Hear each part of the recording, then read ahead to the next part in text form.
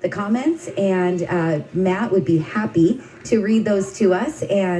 And we already have a couple. Erica says hello, and Christopher Mejia says hello from Cali. Nice. Well, it is good to see you. Hello. Thank you so much for watching. We really appreciate it. If you guys have any questions at all, please put them into the feed. If you guys are listening to our show on Saturday morning on Go Country 105, we love that too. But if you guys want to get your questions answered live and on air, you guys have to watch us on Wednesdays. We are live at 5. We are on Facebook, YouTube, and...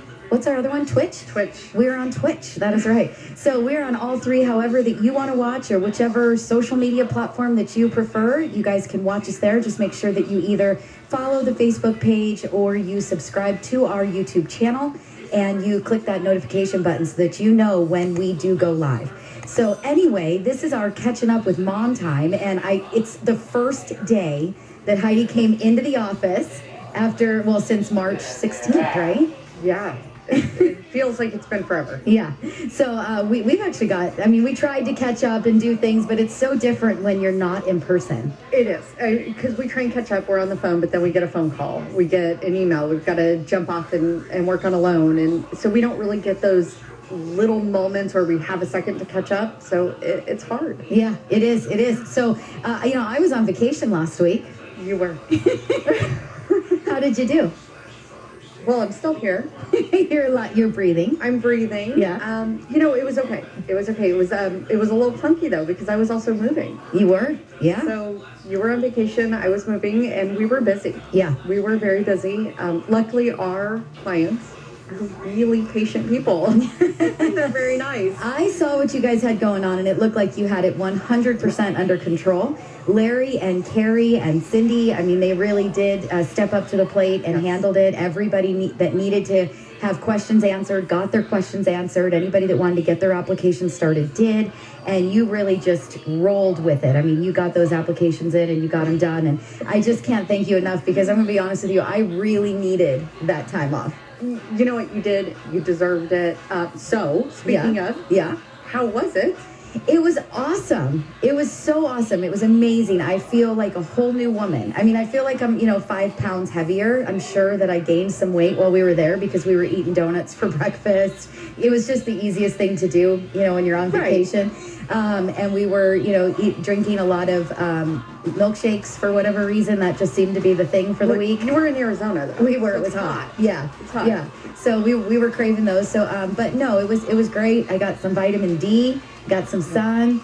We just had an absolute blast with the boat. The kids had a great time. Little Zeke was just so cute. Oh my goodness.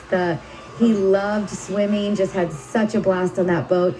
It was a little, at the very beginning, the first day that we got on the boat, he got sick. He actually got seasick. So we called the pediatrician. We said, what do we do? And, he's only 4. And they said, give him Benadryl. And I thought, well, is that just supposed to calm him down? He said, no, it really does help with the seasickness and car sickness and everything. So we gave him Benadryl every time we went out then after that. And he did great. He didn't get sick at all. Absolutely loved it. Couldn't get himself fast enough off the boat. I actually even got a little bit of time. He liked to climb on the tube and then slide off the tube into the water. But I was able to actually get him to sit with me, and we did get towed behind the tube very, very slow, but he absolutely loved it. So it was fun. It was the time that I needed with my kids and the family. And, right. I will say he looks so cute in his life vest. Yeah. I got to see the pictures as you were posting him on the boat, and him just sitting there, even when he was just sitting there having a snack in his little life vest, he looked so adorable, sitting on the boat and so content. Yeah, he was. He was just absolutely, he had a great time. The kids had a great time. Manny loved it. I don't know what the next toy is that he thinks that I'm going to buy, but I'm done. Toys have been bought for at least another, it took me 10 years to get to an RV and a boat. So it's going to be another 10 years before any new toys come into our life. But no, it's a blast. I'm looking forward to our next trip. And, we're going to have to try to do it more often, because I think that I went, almost a full year without taking any time off at all, not a day. So I think that we just need to try to do that a little bit more often so that I can kind of unwind a little bit, refresh, breathe. And then, you come back in and you're ready to go and you're busy. And you definitely need it, especially in a business like this. We're working all the time. It's almost 24/7. You have to be able to have some break. And spend time with the family. Yeah. Yeah. Right? Yeah. No, it was great. I mean, it's Mortgage Mom Radio, right? We're talking all about family, and I live at my office. So, you know, it kind of defeats the purpose of working that hard if you can't, you know, also give your family the time. So, no, it was great. Can't wait to do it again. Looking forward to it. So, good. Yeah. So how's your moving going? I mean, you moved, you sold the house, you moved. Your plan was originally to go to Tennessee. Then you decided you're going to Arizona. Now, you know, right now, obviously, you guys are just renting until you do figure out what you're doing, right? Which a lot of people will do. You know, I mean, you definitely take the cake on. Hey, I'm going to do it. And you do it. Yes, without another plan in place. But I do generally when I make up my mind to do something, I do it, and we did. So we listed our house, and I did not expect to list it and sell it so fast. So that definitely was a little less planned than I wanted it to be. Yeah. But we sold it very quickly. It was very smooth. Now we're staying with some family, and we've been house hunting. So I'm going to stand on a soapbox for a minute. Okay. All right. Do it.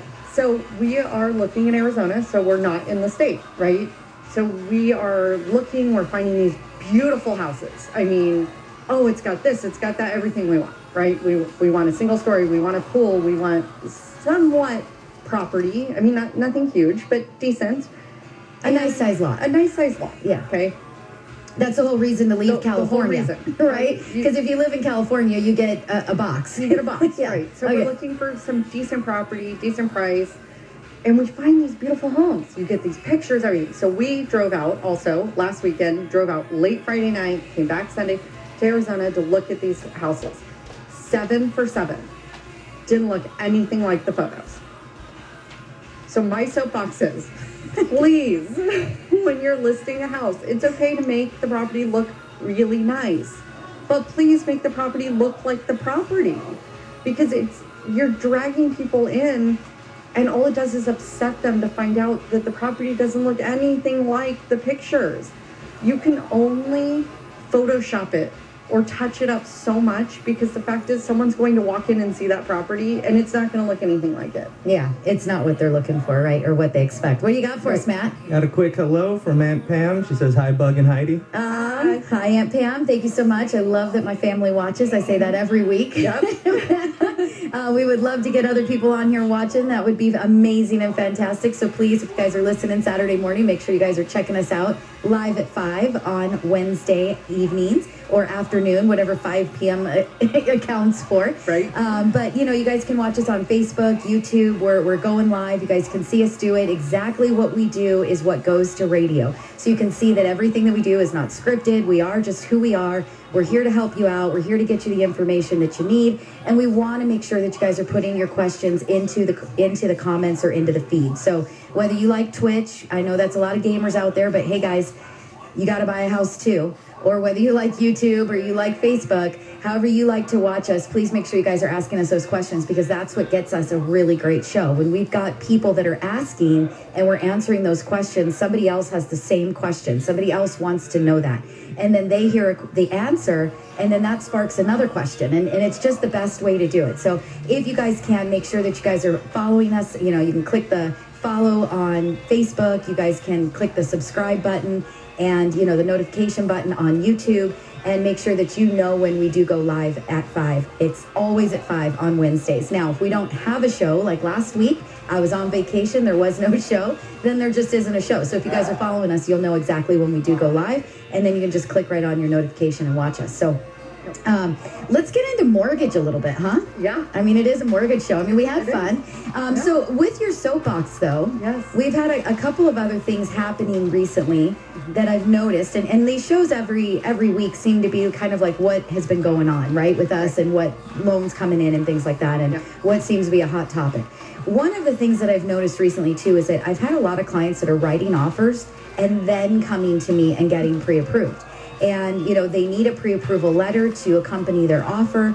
And so they're looking for us to somehow produce this pre-approval letter within minutes of having a phone conversation. And it just doesn't happen that way. If you have a loan officer that does do that, they're not a good loan officer. You really do need to make sure. I can't put my name on something. I can't sign it with my license number on there.